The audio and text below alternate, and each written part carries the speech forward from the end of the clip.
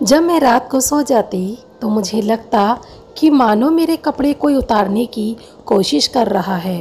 रोज़ नहाते समय मुझे एहसास होता कि खिड़की से कोई झांक रहा हो। ऐसे मेरे साथ ये सब क्या हो रहा था? इसी बात का पता लगाने के लिए मैंने चुपके से अपने कमरे और बाथरूम में कैमरे लगवा दिए। इसके बाद जो मेरे सामने आया उसे देखकर तो मेरी रूह कांप गई। मैंने देखा कि मेरा नाम अनीता है। मेरी शादी अमृत से 17 साल पहले हुई थी, लेकिन हमारी शादी के 5 साल बाद ही एक एक्सीडेंट में अमृत की मौत हो गई। उस समय मेरी बेटी शिल्पा केवल 3 साल की थी। तभी से लेकर आज तक मैंने ही अपनी बेटी को पढ़ाया लिखाया और उसकी हर ज़रूरतों को पूरा किया। शिल्पा पढ़ाई लिखाई में बहुत ही होशियार थी। मुझे उसकी तरफ से कभी भी कोई उल्हाना नहीं आया। हर समय उसके स्कूल के पेरेंट्स मीटिंग में मैं जाती तो उसकी तरफ से हमेशा ही शाबाशी ही मिलती थी। मुझे अपनी परवरिश पर बहुत ही गर्व हो रहा था कि मेरी बेटी मेरे असूलों पर चल रही है और उसने मेरी इज्जत कभी भी मिट्टी में नहीं मिलाई। अब शिल्पा पूरी 15 साल की हो चुकी थी। उसका स्कूल भी पूरा होने वाला था, तो मैं इसी कसम में थी कि अभी शिल्पा को कहाँ भेजा जाए, क्योंकि उसके ग्रेजुएशन के लिए उसके लिए एक अलग ही शहर ढूंढना पड़ेगा, क्योंकि जिस शहर में हम रहते हैं वहाँ पर कोई अच्छा कॉलेज नहीं था जहाँ पर मैं अपनी बेटी को अच्छी शिक्षा दिलवा सकूं। खैर मैं किसी से मदद भी नहीं ले सकती थी, क्योंकि ना ही तो अमृत के परिवार में कोई था और ना ही मेरे। दरअसल मेरी माँ पिताजी मेरे बचपन में ही गुजर गए थे। तभी से लेकर मेरे चाचा चाची ने ही मेरा पालन पोषण किया था, लेकिन जब से मेरी शादी हुई है तब से मेरे चाचा चाची ने मुझसे रिश्ता तोड़ दिया। वह लोग कहने लगे कि हमारा जितना फ़र्ज़ था हम लोगों ने पूरा कर दिया। अब तुम्हारी उम्र भर की जिम्मेवारी उठाने के लिए हम लोगों के पास समय भी नहीं है। और अमृत के माता पिता भी उसके बचपन में ही गुजर चुके थे। ये बेचारा इकलौता बेटा था, इसलिए खुद ने ही अपना पालन पोषण किया। खैर मैंने अमृत से शादी करने के बाद खुद को बहुत ही खुश नसीब समझा, क्योंकि अमृत ने मेरा इस कदर ख्याल रख लिया था कि मुझे कभी भी किसी चीज़ की कमी महसूस नहीं होने दी। लेकिन मेरी यह खुशी ज़्यादा दिन के लिए नहीं थी। भगवान को शायद यह मंजूर नहीं था। खैर मैं इधर उधर तलाश करने लगी कि कहीं कोई अच्छा कॉलेज मिल जाए तो मैं शिल्पा को वहीं पर छोड़ दूंगी। लेकिन मेरी इसी तलाश को रोकते हुए शिल्पा ने कहा कि नहीं माँ, मैं आपको छोड़कर कहीं पर नहीं जाऊंगी। इसी शहर में ग्रेजुएशन कंप्लीट कर लूँगी और इसके बाद जब गवर्नमेंट जॉब की तैयारी करूँगी तभी मैं बाहर जाऊंगी और साथ में आपको भी ले जाऊंगी। लेकिन मैंने शिल्पा से कहा कि बेटी, यहाँ पर ऐसा कोई भी कॉलेज नहीं है जो तुम्हें अच्छे स्टडी करवा सके, इसलिए तुम्हें दूसरे शहर तो जाना ही पड़ेगा। और मेरा क्या है, मैं तो अकेले मैनेज कर लूँगी। तभी शिल्पा कहने लगी कि माँ, पढ़ाई अच्छे कॉलेज से नहीं होती। मुझ में अगर मेहनत और लगन होगी तो मैं घर में बैठकर भी पढ़ाई कर सकती हूँ। खैर शिल्पा की बातें मुझे बहुत ही अच्छी लग रही थी, इसलिए मैंने उसके लिए इसी शहर में कोई एक कॉलेज देखा और उसके ग्रेजुएशन का इंतज़ाम करने लगी। खैर ऐसे ही दिन निकलते गए। अब शिल्पा ग्रेजुएशन में पहुँच गई थी। वह रोज़ कॉलेज जाती और वापस घर आती, लेकिन मेरा मन तो हर समय घबराहट में ही रहता था कि पता नहीं शिल्पा इस कॉलेज में कैसे मैनेज कर पाएगी। दरअसल शिल्पा को जिस कॉलेज में दाखिला दिलवाया वह कॉलेज बिल्कुल भी ठीक नहीं था। उस कॉलेज में बिगड़ैल और आवारा लड़के ही पढ़ते थे। मुझे इस समय डर रहता कि कहीं शिल्पा कुछ गलत कामों में ना पड़ जाए, लेकिन फिर वहीं पर मुझे अपनी बेटी पर बहुत विश्वास भी था, लेकिन मेरे पास इसके अलावा कोई ऑप्शन भी नहीं था, क्योंकि शहर से बाहर शिल्पा जाना नहीं चाहती थी और इस शहर में इस कॉलेज के अलावा कोई कॉलेज भी नहीं था। इसलिए मुझे मजबूरी में आकर शिल्पा का इस कॉलेज में ही एडमिशन करवाना पड़ा। खैर, मुझे अपनी बेटी पर पूरा विश्वास होने की वजह से अपने मन को समझा लेती कि शिल्पा कभी ऐसा काम नहीं करेगी जिसकी वजह से मुझे झुकना पड़े। खैर, दोपहर का समय हो गया था।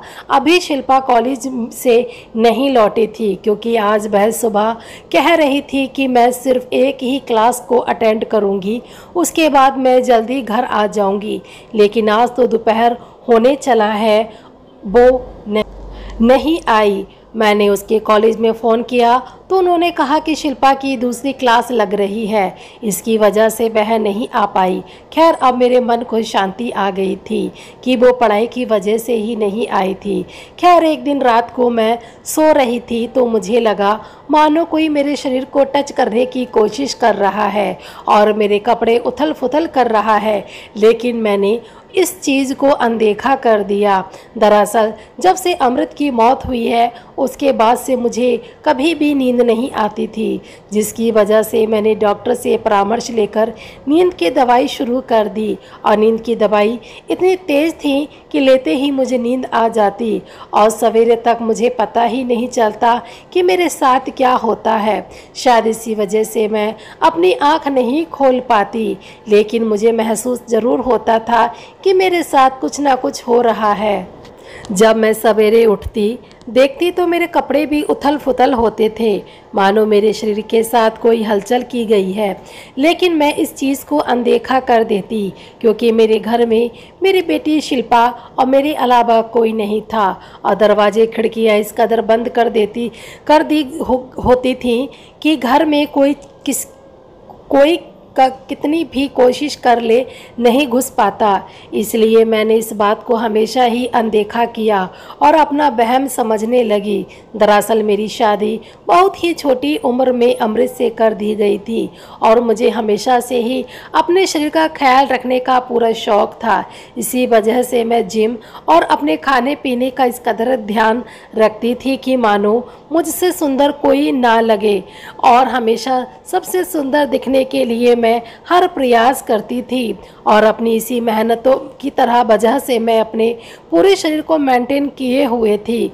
मुझे देखकर कभी नहीं लगता था कि मैं एक विधवा हूँ, लेकिन जब से अमृत की मौत हुई उसके बाद से मैंने अपना साज सिंगार छोड़ दिया। लेकिन अपनी बॉडी और गोरे रंग की वजह से आज भी मैं खूबसूरत लगती थी और शायद यही वजह थी कि अमृत के जाने के बाद मेरे पास शादी के बहुत से रिश्ते आए और मुझे अपनी बेटी के साथ ही स्वीकार करने की बात रखी गई। लेकिन मैं अपनी बेटी के भविष्य को बिगाड़ना नहीं चाहती थी, क्योंकि मैं नहीं चाहती थी कि अपनी बेटी को कोई दूसरा पिता मिले और मैं अपनी ज़रूरतों के लिए अपनी बेटी को नर्क में धकेल दूं। मुझे यह बिल्कुल भी मंजूर नहीं था कि कोई भी मेरी बेटी को उस नज़र से देखे और सौतेलेपन का एहसास करवाए, क्योंकि ऐसा कोई भी इंसान नहीं होता जो दूसरे की बेटी को अपनी बेटी की तरह ही एक्सेप्ट करे। कहीं ना कहीं तो कोई रंजिश रह ही जाती है। मैं इसी बात को ध्यान में रखते हुए अपनी पूरी ज़िंदगी अकेले गुजारने के लिए तैयार हो गई, क्योंकि मुझे अपनी बेटी शिल्पा का भविष्य सुधारना था। खैर, मेरी यह कोशिश भी सफल रही और शिल्पा बड़ी होती जा रही थी और वह भी मेरी तरह अच्छे रास्ते पर चलते हुए अच्छी पढ़ाई कर रही थी और मुझे पूरा विश्वास था कि वह एक ना एक दिन मेरा और अपना नाम ज़रूर रोशन करेगी। लेकिन मुझे कुछ दिनों से मेरे साथ जो हरकतें हो रही थी उसके बाद से तो मेरा मन बहुत बेचैन रहने लगा। शुरू में तो मुझे वह वहम लगा, लेकिन अब यह मेरा वहम नहीं था, क्योंकि हर रोज़ एक ही बात होना भला कौन सा वहम होता है। यूँ रात को सोते ही मेरे कपड़ों का उतरने जैसा एहसास होना और मेरे शरीर को ऐसे मानो कोई छू रहा हो।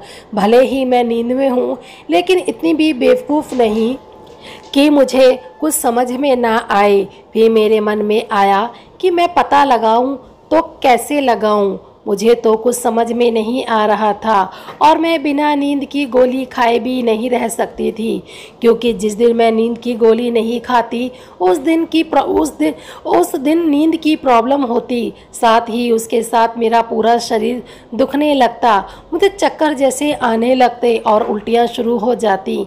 मैं अपने शरीर को बिल्कुल भी ना संभाल पाती, इसलिए मुझे सोने से पहले वह गोली लेनी ही होती थी और वह गोली लेने के बाद मेरे साथ क्या होता था उसका मुझे ज़रा भी पता नहीं चलता और सवेरे उठकर देखती तो यह सब हुआ मिलता। मेरी 15 साल की बेटी मेरे ही पास सोती थी। दरअसल उसे अकेले सोने से बहुत ही डर लगता था। मैं उसे बहुत बार कहती थी, अब तुम बड़ी हो गई हो और पढ़ाई भी करती हो, इसलिए अलग सो जाया करो, लेकिन वो कहती, नहीं माँ, मुझे आपके बगैर नींद नहीं आती। खैर वो मेरे पास ही सोने लगी।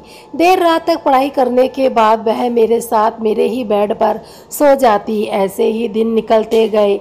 अब तो वह हरकतें बढ़ने लगी।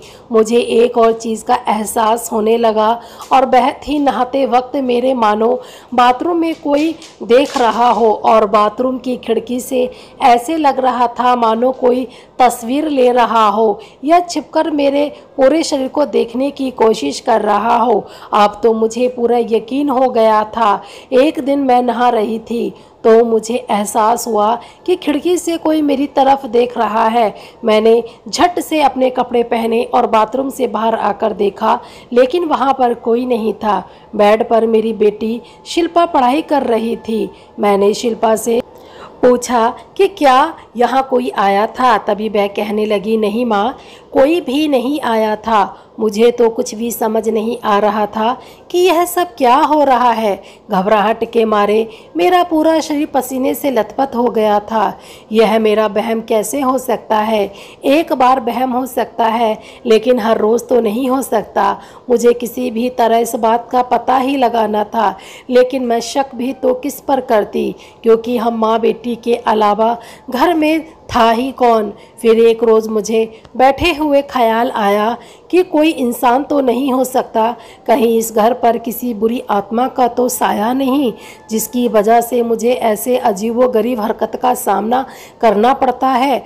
क्योंकि मैं शुरू से ही एक अंधविश्वासी ही थी। मुझे यह पता था कि अंधविश्वास करना सही नहीं है, लेकिन मेरी मानसिक स्थिति इस कदर अंधविश्वास में गिर चुकी थी कि मुझे हर भूत प्रेत की छोटी बड़ी बातों पर विश्वास हो जाता था। शायद यही बात अब मेरे मन में आ चुकी थी कि हो ना हो इस घर पर कोई काला साया ज़रूर है, जिसकी वजह से मेरे साथ ऐसी हरकतें होती हैं।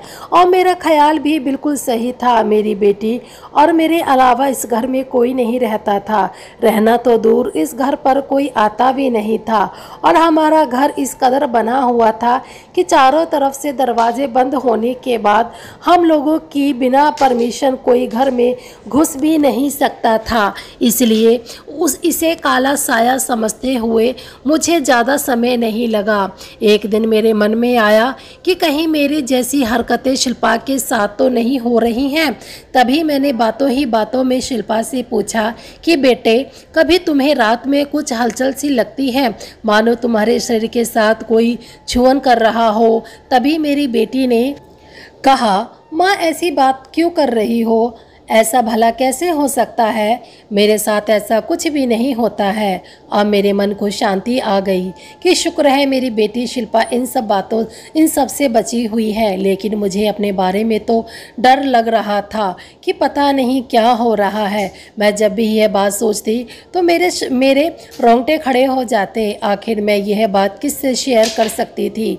मेरा था ही कौन जिससे मैं अपनी समस्या के बारे में बता सकूं? खैर, अपने अंधविश्वास के चलते मैंने एक बाबा जी के पास जाना जरूरी समझा और उनके आश्रम चली गई। वह प्रेतों का निवारण करने के लिए झाड़ फूंक करते थे।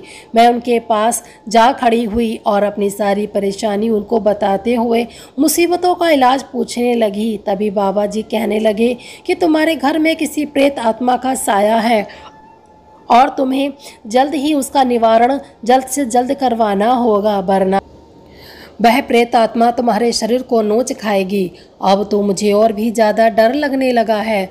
लेकिन फिर मेरे मन में ख्याल आया कि प्रेत आत्मा भला कब से शरीर के साथ ऐसा कुछ करने लगी। लेकिन मेरे अंधविश्वास के आगे मेरी यह सोच भी ज़्यादा देर ना टिकी। फिर मैं अपने घर चली आई और यह मन में विचार किया कि अब तो बाबा जी से पूरे घर का निवारण करवा ही लूँगी। दूसरे दिन बाबा जी घर आ गए और उन्होंने कुछ देर झाड़ फूँक किया और हवन वगैरह करते हुए पूरे घर का इलाज कर दिया और कहा कि आज के बाद ऐसा कुछ नहीं होगा और मुझसे 10,000 रुपये लेकर चले गए। खैर मुझे वह 10,000 रुपये मेरी समस्या से बड़े नहीं लगे। मुझे यह संतुष्टि हो चुकी थी कि इसके बाद अब मेरे साथ कुछ नहीं होगा, मैं चैन से रह पाऊंगी जैसे पहले रहती थी। खैर यह सब कहाँ रुकने वाला था। आज रात फिर मेरे साथ वही हरकतें शुरू हुई और नहाते समय भी सेम हरकत हुई। अब तो मुझे पूरा यकीन हो गया था कि यह कोई भूत प्रेत आत्मा नहीं है, ज़रूर कोई ना कोई माजरा है जिसका मुझे पता लगाना ही है। यह बहुत ही बड़ी समस्या है जिसे मैं बिल्कुल अनजान हूँ। अब तो मुझे मेरे अंधविश्वास पर भी शर्म आने लगी थी कि मैंने इस पढ़कर पता नहीं क्या कर दिया। अब मेरे मन में सिर्फ यही चलता था कि किसी ना किसी तरह इस बात का पता लगाना ही पड़ेगा।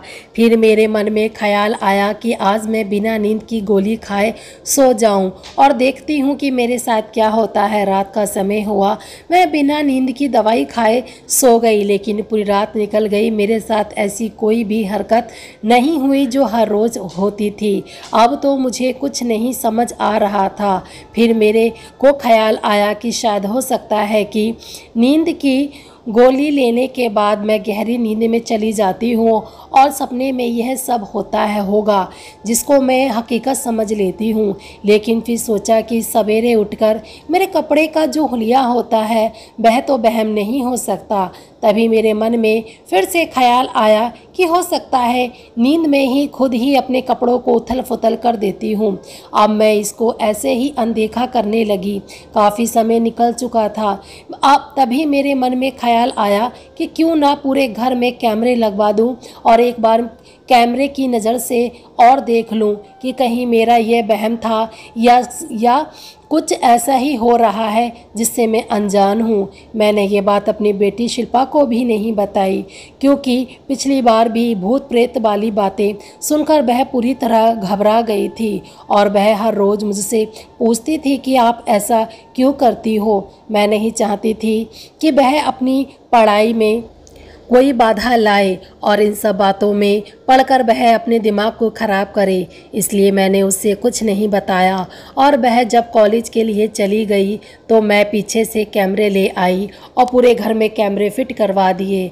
कैमरे इतने छोटे थे कि किसी को भी दिखाई ना दे, लेकिन मुझे तो पता था कि पूरे घर में कैमरे लगे हैं। खैर रात का समय हुआ, हम लोगों ने खाना खाया और मैं सो गई। तभी शिल्पा कहने लगी, माँ मुझे कुछ देर पढ़ाई करनी है, उसके बाद मैं भी सो जाऊंगी। तभी शिल्पा पढ़ाई करने लगी और मैं गहरी नींद में चली गई, क्योंकि मैंने नींद की गोली खाई हुई थी। लेकिन मेरे मन में एक संतुष्टि थी कि सवेरे कैमरे में तो सब सामने आ ही जाएगा कि आखिर हो क्या रहा है। फिर मैं सो गई। दूसरे दिन सवेरे उठते ही जैसे ही शिल्पा कॉलेज के लिए निकल गई, मैंने झट से अपना लैपटॉप खोला और उस कैमरे में क्या कुछ आया है वह सब देखने लगी। उसके बाद जो मैंने देखा उसे देखने के बाद तो मेरी रूह कांप गई। मैं पूरी तरह से कांपने लगी। मेरी आंखों में आंसू थे। मेरा पूरा शरीर पसीने से लथपथ हो चुका था।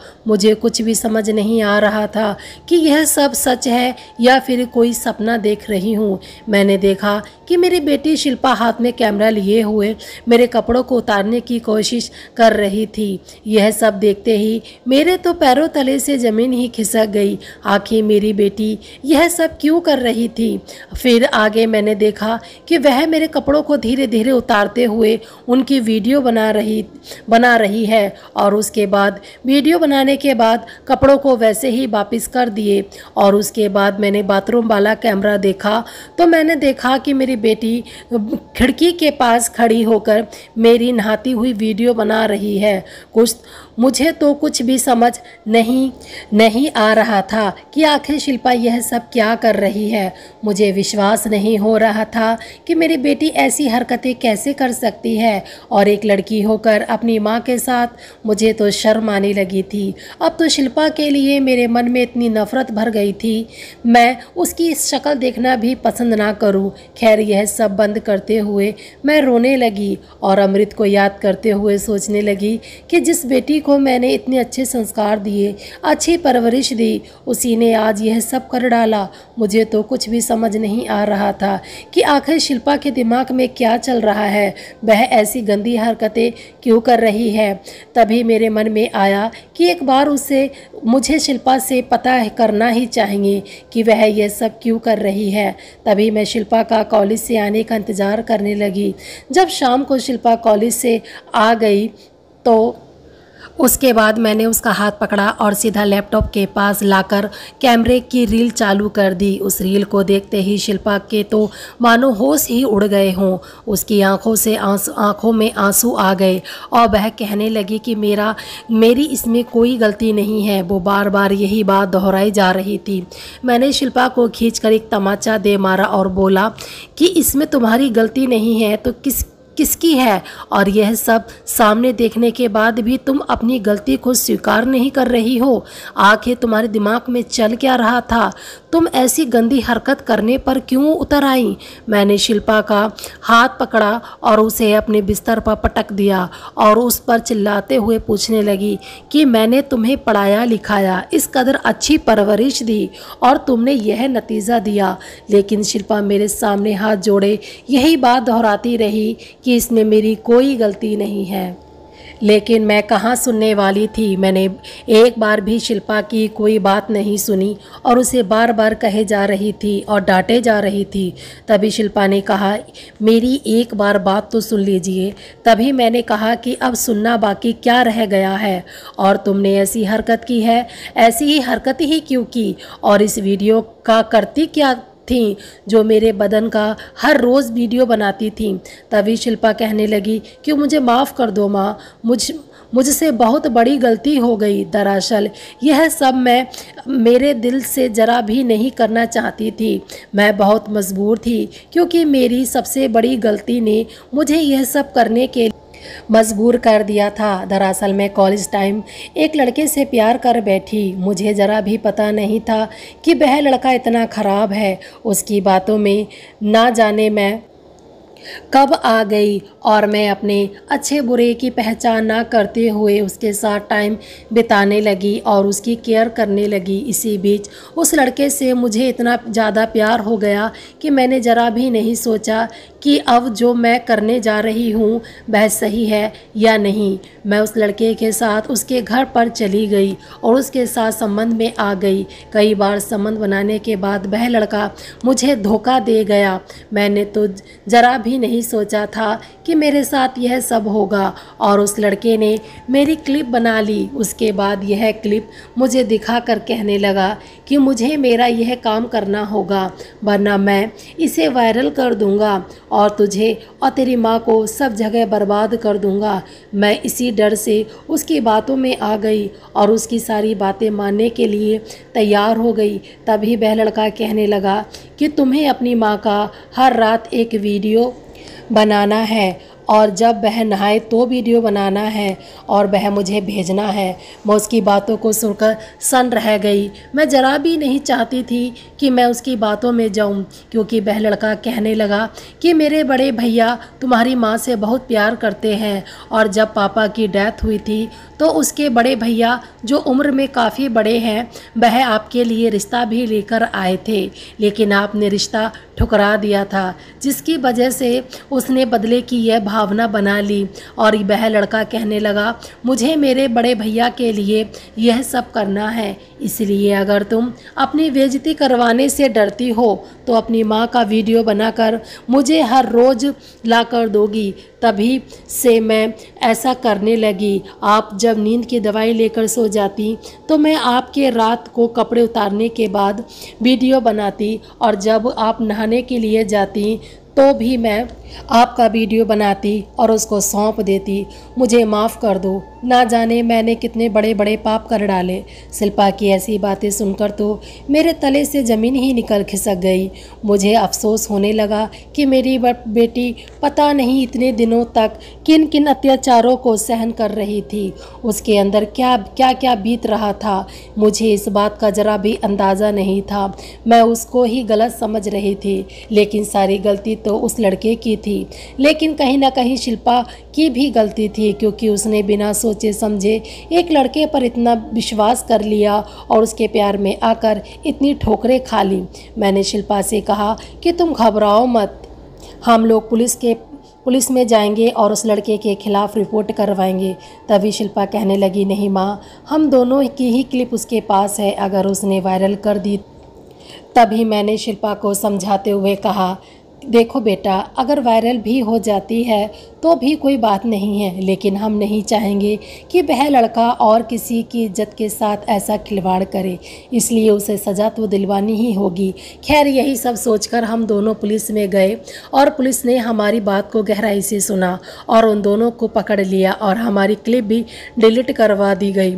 अब मेरी सांसों को चैन आया और मैंने शिल्पा को गले से लगा लिया और उससे कहा कि आज के बाद कभी भी ऐसा काम मत करना जो आगे चलकर बहुत ही भारी पड़े। तभी शिल्पा ने मुझसे वादा किया कि आज के बाद मैं कभी भी ऐसा कुछ नहीं करूंगी, हमेशा सिर्फ पढ़ाई करूंगी और इस प्यार से दूर ही रहूंगी। तो मैं फिर अपनी बेटी को समझाया, प्यार बुरी चीज़ नहीं है, हमें प्यार से दूर नहीं रहना चाहिए, बल्कि गंदी सोच वाले लोगों से ही दूर रहना चाहिए। तो दोस्तों, कैसी लगी आज की स्टोरी? उम्मीद करती हूँ अच्छी लगी होगी। तो बस ऐसा ही अपना प्यार और स्नेह बनाए रखें। Thanks for watching.